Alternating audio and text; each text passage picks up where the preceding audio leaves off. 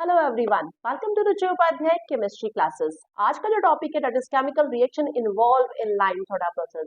Yes, आपने lime soda process का principle देख लिया है, लेकिन आपको ये भी तो पता होना चाहिए कि क्या क्या उसमें केमिकल रिएक्शंस भी इन्वॉल्व रहती हैं।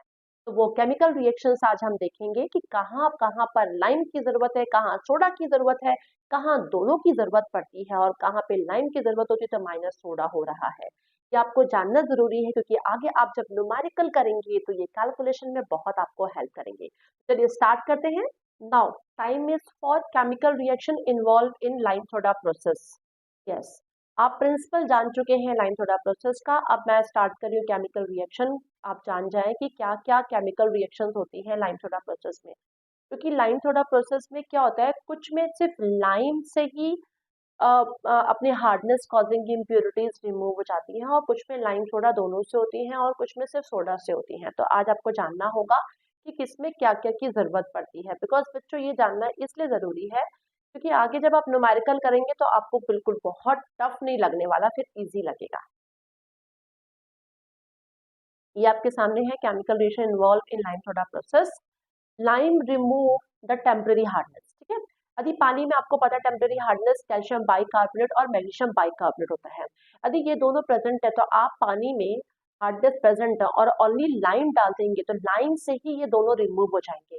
और एक चीज ध्यान रखिएगा बच्चों, हमारा मेन मिशन है कि ये रिएक्शन में प्रोडक्ट में हमें कैल्शियम कार्बोनेट मिलना चाहिए। यस, क्या होता है कि आपको एक क्वेश्चन वैसे भी पूछा गया है कि why hardness is expressed in terms of calcium carbonate equivalent. Hardness को कैल्शियम कार्बोनेट के टर्म में एक्सप्रेस करते हैं। ठीक है ना, बिकॉज ये एक इंसॉल्युबल प्रेसिपिटेट है, इंसॉल्युबल फॉर्म में पाया जाता है तो that is very easy to remove, easy to filter. इसके अलावा इसका मॉलिक्यूलर वेट 100 होता है और इक्विवेलेंट वेट 50 होता है। दैट्स वाई क्या होता है, हार्डनेस को किसके फॉर्म में लेते हैं, मेजर करते हैं कैल्शियम कार्बोनेट के इक्विवेलेंट के फॉर्म में। तो यहाँ पर हम प्रोडक्ट में कैल्शियम कार्बोनेट को नोट करेंगे। जैसे कैल्शियम कार्बोनेट आएगा हमारा रिएक्शन कंप्लीट हो जाएगा। तो देखिए जब लाइम डालेंगे हम टेम्पररी हार्डनेस में तो कैल्शियम बाइकार्बोनेट में बच्चों ओनली एंड ओनली आप देखिए सिर्फ लाइम जैसे ऐड करोगे आपको देखिए यहाँ पे कैल्शियम कार्बोनेट मिल जाएगा। मतलब सिर्फ लाइम की जरूरत पड़ती है, सिंगल लाइम की जरूरत पड़ती है कैल्शियम बाइकार्बोनेट में। मैग्नीशियम बाइकार्बोनेट जब लिया जाता है तो मैग्नीशियम बाइकार्बोनेट भी पानी में है तो वहां 2 लाइम की जरूरत पड़ेगी बच्चों। 2 लाइम से रिएक्शन होगा, 2 मॉलिक्यूल ऑफ लाइम डाला जाएगा, तब जाके यहाँ पे मैग्नीशियम हाइड्रोक्साइड की एक इम्प्योरिटी मिलेगी और दूसरी मिलेगी किसकी, कैल्शियम कार्बोनेट की। और कैल्शियम कार्बोनेट ही हमारा क्या है, मेन मिशन है। तो क्या ध्यान रखना है, कैल्शियम बाइकार्बोनेट में ओनली लाइम चाहिए और मैग्नीशियम बाइकार्बोनेट में 2 लाइम की जरूरत पड़ती है। और ये कैलकुलेशन भी यदि करेंगे तो आपको ये ध्यान रखना पड़ेगा।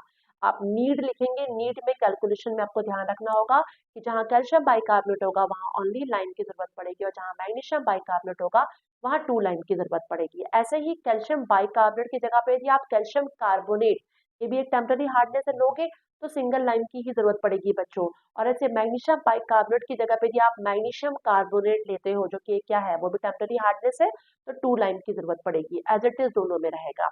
अब परमानेंट हार्डनेस में यदि हम बात करें मैग्नीशियम की हार्डनेस, लाइक जैसे कि मैग्नीशियम सिंपली मैग्नीशियम प्रेजेंट है तो मैग्नीशियम को लाइम और सोडा दोनों की जरूरत पड़ती है। कैसे, देखिए मैग्नीशियम में जैसे हमने लाइम डाला है, यदि पानी में हार्डनेस लाइम मैग्नीशियम के कारण है, लाइम डाल देखिए हमें क्या मिला, मैग्नीशियम हाइड्रोक्साइड का प्रेसिपिटेट मिलेगा, उसको हम रिमूव करेंगे।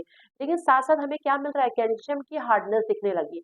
तो हम कैल्शियम की हार्डनेस जैसे दिखेगी हम सोडा फिर डालेंगे, सोडा डालते ही हमें कैल्शियम कार्बोनेट मिल जाएगा। इसका मतलब यदि पानी में मैग्नीशियम ओनली प्रेजेंट है तो आप ध्यान रखिएगा लाइम और सोडा दोनों चाहिए होगा और दोनों से ही मैग्नीशियम की हार्डनेस रिमूव होगी।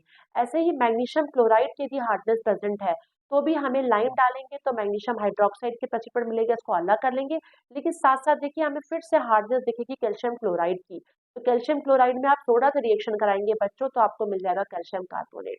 सेम विद यहाँ पे मैग्नीशियम क्लोराइड लिखा हुआ है, this is not magnesium chloride, ये मैग्नीशियम सल्फेट है। मैग्नीशियम सल्फेट की यदि हार्डनेस आपको बच्चों दिखाई पड़ रही है तो आपको यहाँ पे भी टेंशन नहीं लेना है। आपको क्या करना है, आपको सिंपली इसमें भी यही चीज करनी पड़ेगी। यहाँ पर भी आप क्या लेंगे, आप लेंगे यहाँ पर लाइम, लाइम जैसे ही लेंगे तो आपको मैग्नीशियम हाइड्रोक्साइड देखिए मिल जाएगा और मैग्नीशियम हाइड्रोक्साइड को अलग कर लेंगे, लेकिन साथ साथ आपको कैल्शियम सल्फेट की हार्डनेस मिलेगी तो आप सोडा डालेंगे और फिर से आपको कैल्शियम कार्बोनेट मिल जाएगा। मतलब यदि मैग्नीशियम और मैग्नीशियम के सॉल्ट्स प्रेजेंट है लाइक मैग्नीशियम सल्फेट और मैग्नीशियम क्लोराइड, ये दोनों सॉल्ट प्रेजेंट हैं आपके पास, तो आप पानी में देखेंगे तो आपको लाइम पहले ट्रीटमेंट में लगाना पड़ेगा, और लाइम एंड सोडा दोनों ही लेंगे तो जाके ये आपका क्या होगा, रिमूव होगा।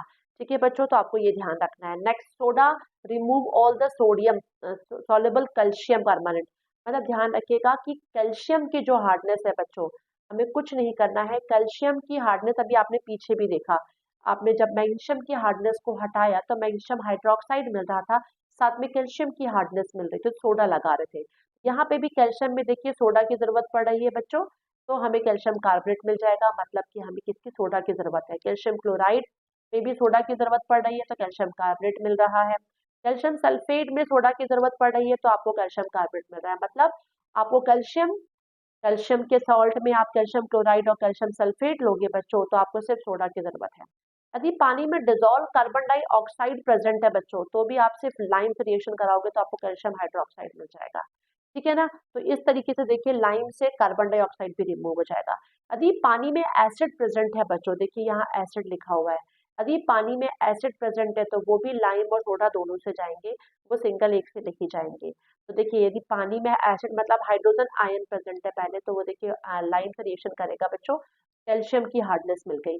अब कैल्शियम की हार्डनेस में सोडा से रिएक्शन कराएंगे, देखिए कैल्शियम कार्बोनेट मिल गया, मतलब लाइम और सोडा दोनों लगाएंगे तो हाइड्रोजन आयन जाएगा।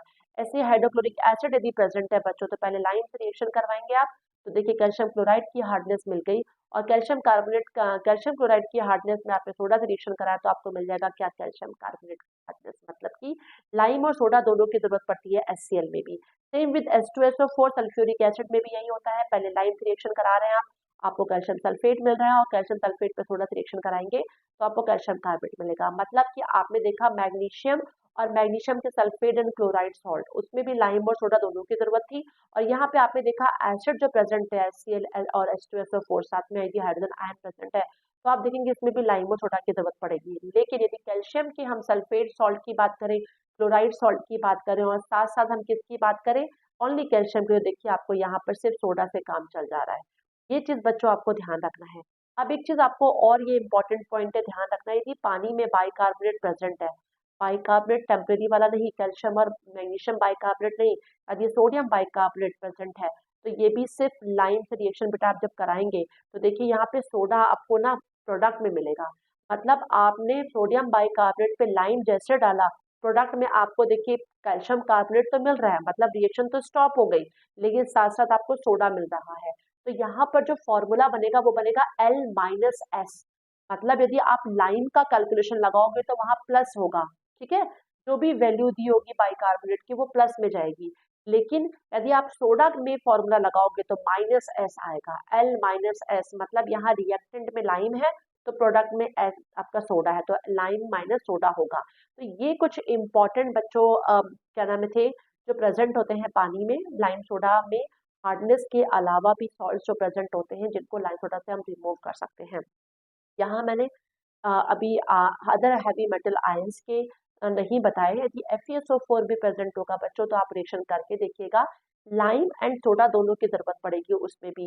इसके अलावा यदि आप बात करते हैं एल्यूमिनियम सल्फेट की, तो सेम विद एल्यूमिनियम सल्फेट, उसमें भी देखिए तो हम क्या बात करेंगे, मतलब कि सल्फेट सॉल्ट मैग्नीशियम के, सल्फेट सॉल्ट आयरन के, सल्फेट सॉल्ट एल्यूमिनियम के, ये तीनों में ही लाइम सोडा की जरूरत पड़ेगी, ये ध्यान रखिएगा बच्चों। तो ये इसमें भी आपको लाइम सोडा की जरूरत पड़ेगी। सोडियम एल्यूमिनेट जो कि एक कोएगुलेंट का भी रोल करता है, ये एक्सेस अमाउंट में आपको मिलता है यदि कैलकुलेशन में, तो आप ध्यान रखिएगा माइनस लाइम रहेगा वहां पर, क्या चीज, माइनस लाइम।